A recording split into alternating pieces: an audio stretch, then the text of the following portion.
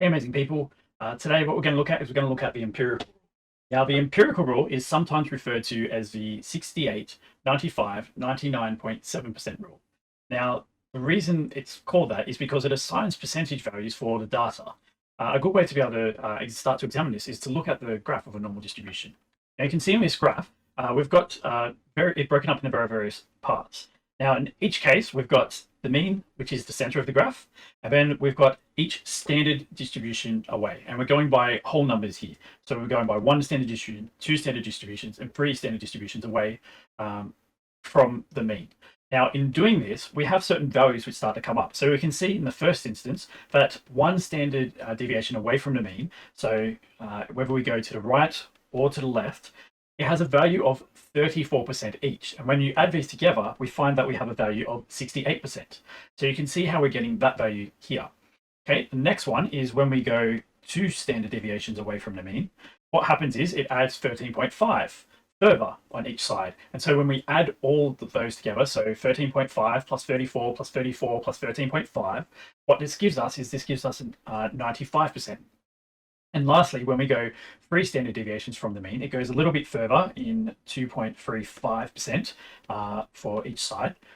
And when we add all of these together, so 2.35, 13.5, 34%, and there's obviously two of them, and add them all together, we get 99.7%. And so that's where these values are coming from. They're dealing with when you move each standard deviation away from the mean and the percentage value of them.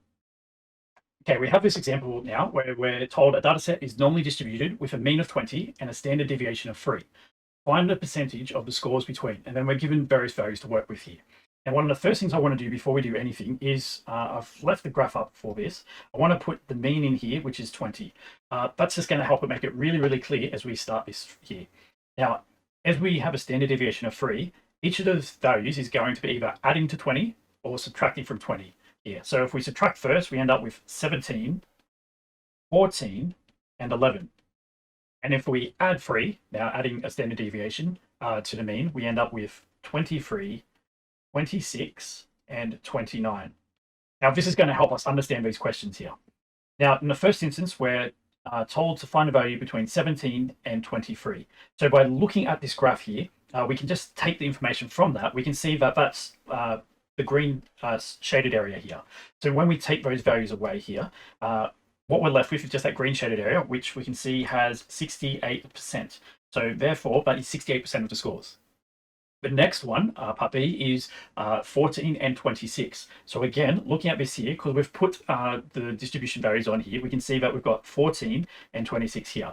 So it's quite clear that we're including the green and the blue areas. Now, according to the information, we can see that that represents 95%. And so therefore, that's going to be 95% here, which we take away. Now, lastly, we've got between 11 and 29, which is the 3 standard deviations away from the mean. So when we are working this out here, what that means is we're taking all of those purple, blue, and green spots here from the graph. And so when we do that, what we have is 99.7% of the probabilities are located between 11 and 29.